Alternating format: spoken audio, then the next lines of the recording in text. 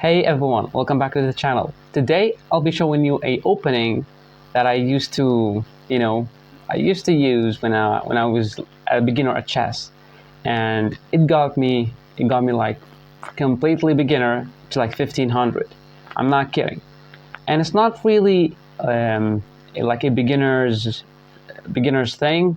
Anybody can play it, even advanced chess players. And today I'll be showing you this game that I played, and I'm rated 2000 elo on leeches.org. It's like 1700, 1750, or 1800 on chess.com.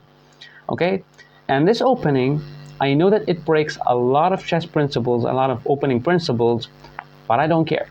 This opening is legit, but works sometimes. I'm going to tell you when it works and when it not works. Okay, the opening starts with e4, e5.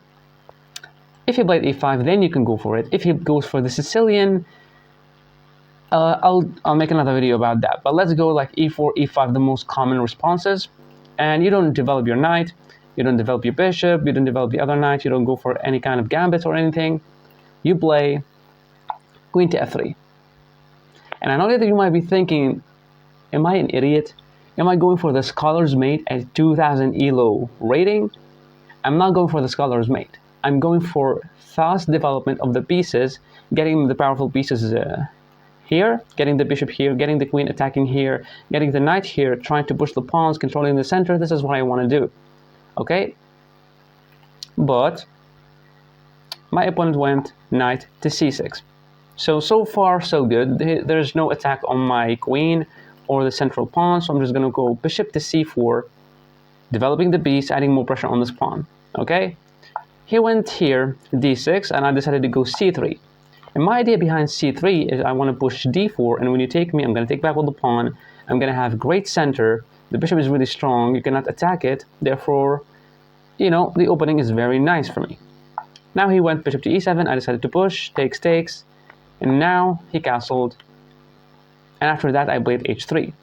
The idea behind h3, I don't want the bishop to go here and attacking my queen and forcing me to move away, because the queen is actually defending this pawn. So he played knight here, trying to attack this weak pawn. I went knight to e2, developing my piece while also defending and preparing to castle. He went here, trying to go for this simple check, and he is thinking that he's going to force me to play this ugly move that only defends the square. But I can just play bishop to b3, defending the square, and he doesn't have this check as well, because the queen is actually defending. He went, a5, trying to attack my bishop, but I decided to attack the knight. The knight moved back, and I decided to put the knight on c3. In case he wanted to push this pawn, he cannot anymore, because I can just take it. He went bishop to d7. I don't know why bishop to d7, but I decided just to castle, and then he went bishop to e6. My plan right now, my opponent's plan was, I'm going to put the bishop here. It's better, because if bishop takes, pawn takes, is going to open up the rook against my queen. That was his plan. Now you might be thinking that this is a blunder, because this is a fork. It's not a fork. I did play it, but it's not a fork. A fork guarantees that you're going to win a pawn or you're going to win a piece. But it's not a fork, because he can play knight to e5, defended by the pawn, and attacking my queen. I played the queen to g3, he attacked my queen one more time, and no, I don't have a way to attack both the knight and the bishop, because this knight holds this square, and this square is also held. So I have to go back to queen to e3, and now he just went back with the bishop. And now, the second principle in chess that I decided to break in this game is king safety. I already pushed this pawn, which is a little bit bad for my king, and I decided to push the other pawn and go f4, attacking the knight. Now, why did I play this?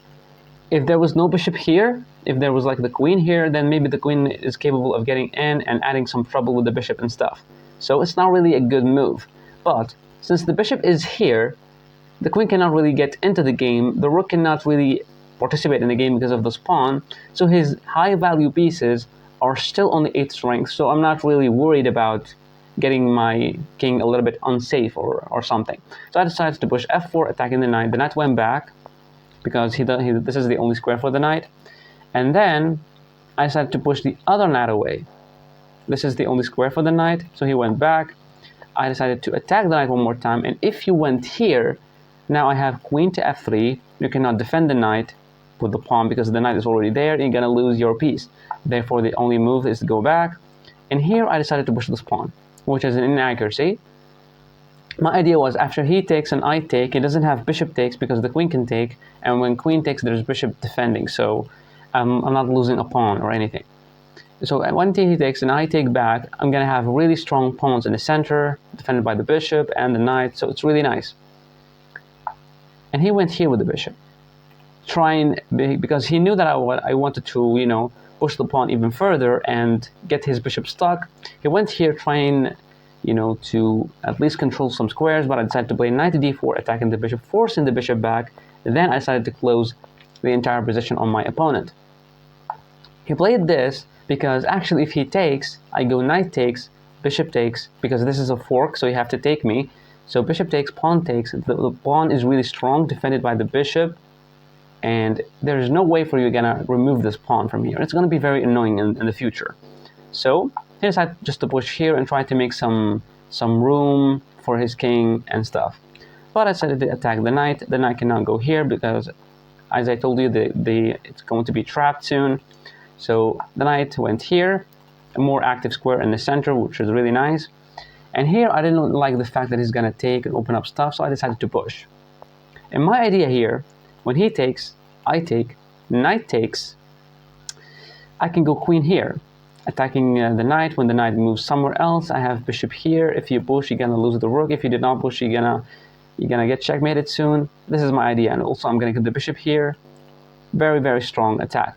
But he decided to close everything by playing h6. And you might think that the black king is dead, but it's really, really safe. I mean, there's no direct way of actually attacking the king, so I decided to play queen to g3. Now, when I decided to play queen to g3, I was thinking of playing queen to h4, then sacrificing the bishop, pawn takes, queen takes, and there is no stopping me from playing queen to h7 checkmate. And he went here trying to go for a pawn break, trying to relieve some of the pressure, opening up for the queen to pin this knight and stuff, which is a good move. I decided to play queen to h4, going for my plan.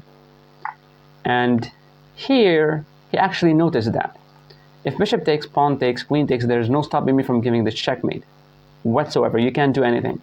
So he decided to sacrifice the knight. I take with the pawn and use that pawn to push it and attack my queen.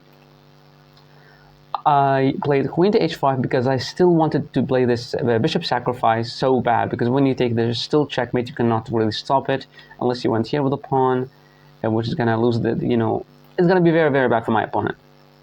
But he decided to play this, attacking my queen, so the queen cannot go here because he can also re-attack my queen one more time.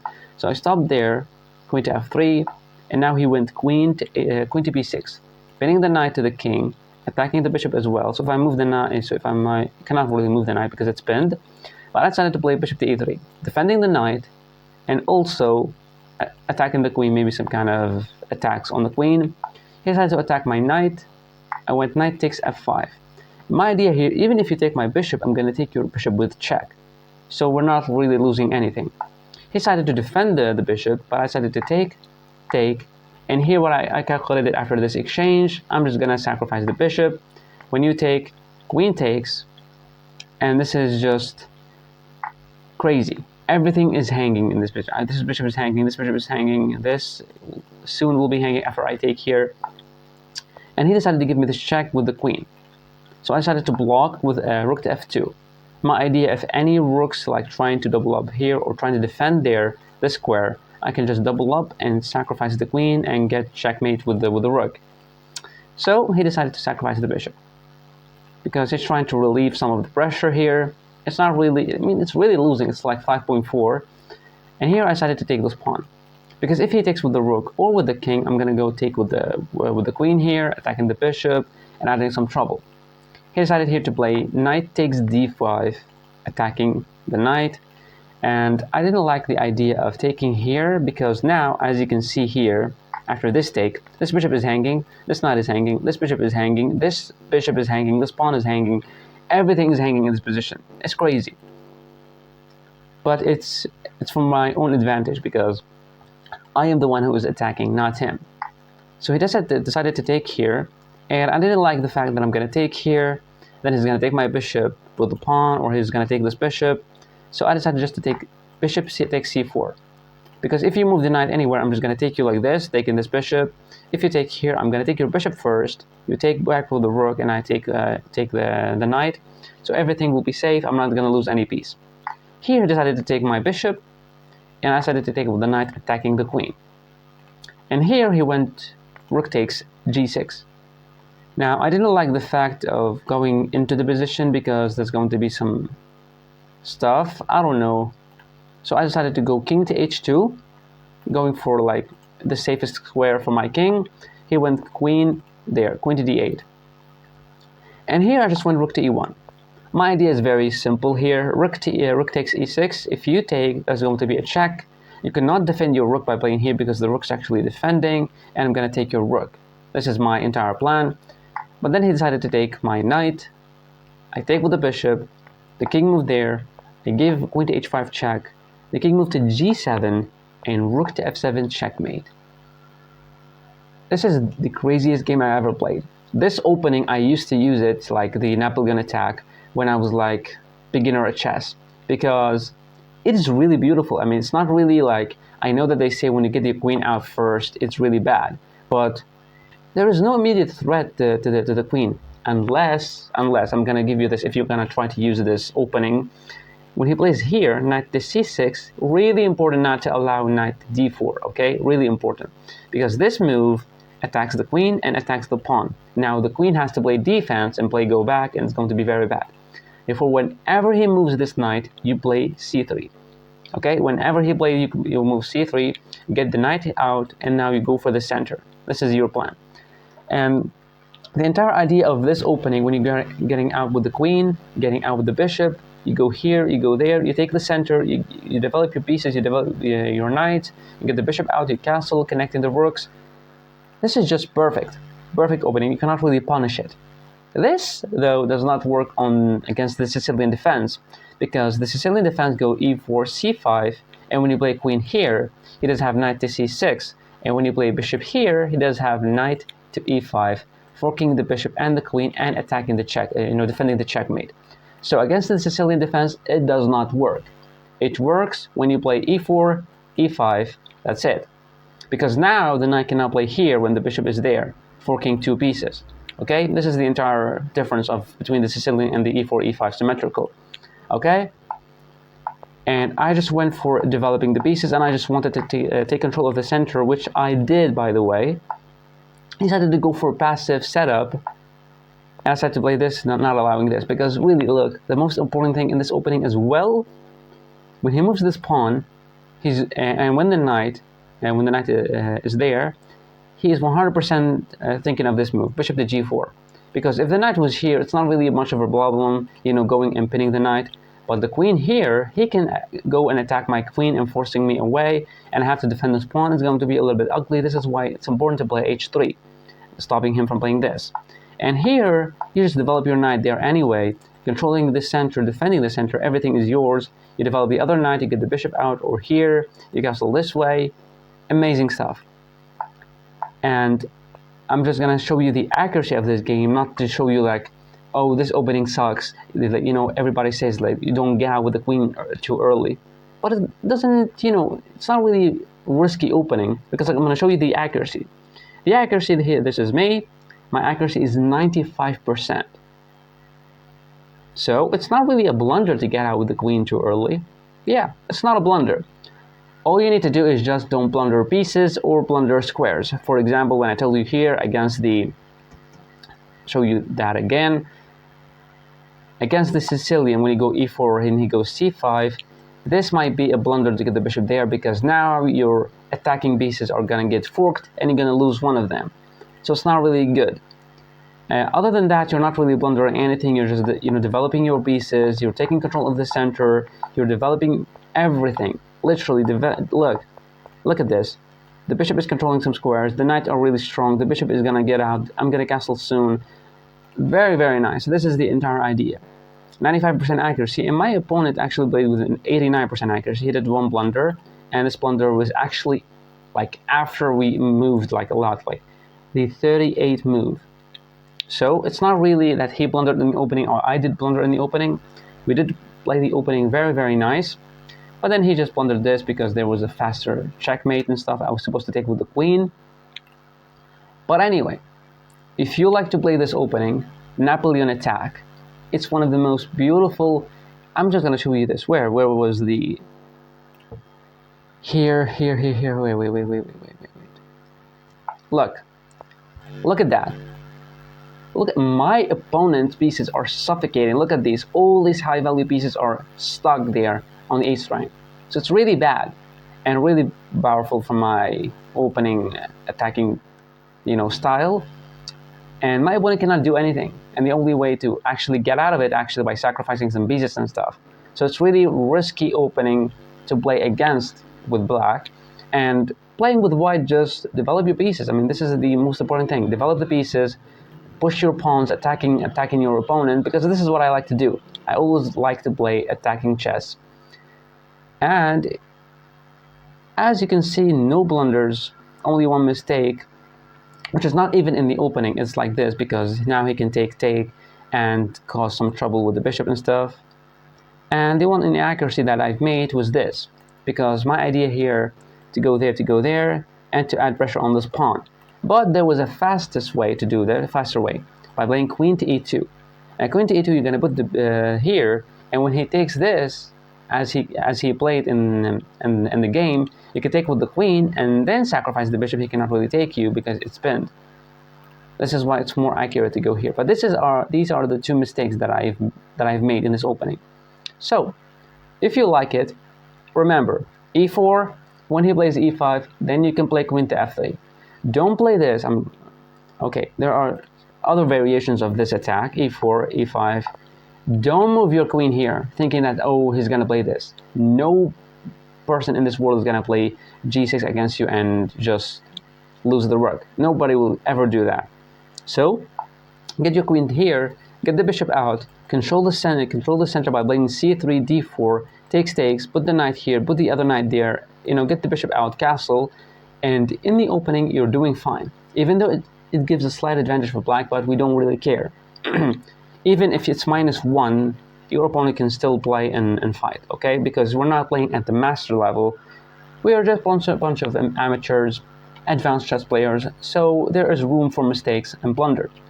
So, in order not to blunder in this opening, when you play queen to f3, and he plays this, knight to c6, make sure you play c3, not allowing the knight in, because that will be a fork of the queen, and this.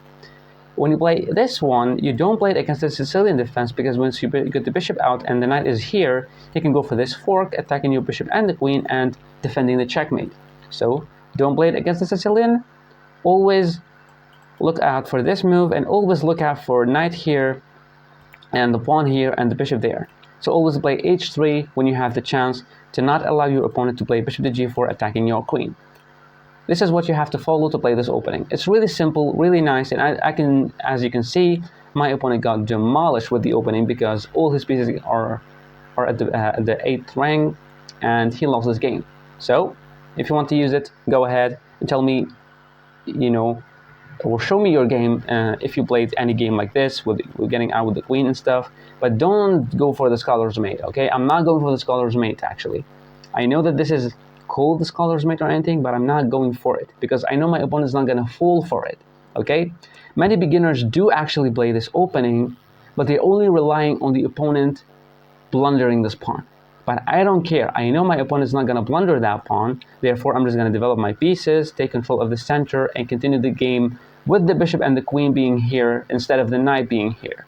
It's just a different variation of the Italian, but just the queen being there instead of the knight. That was it for today's video. Thank you so much for watching. I'm going to see you in the next video. Bye.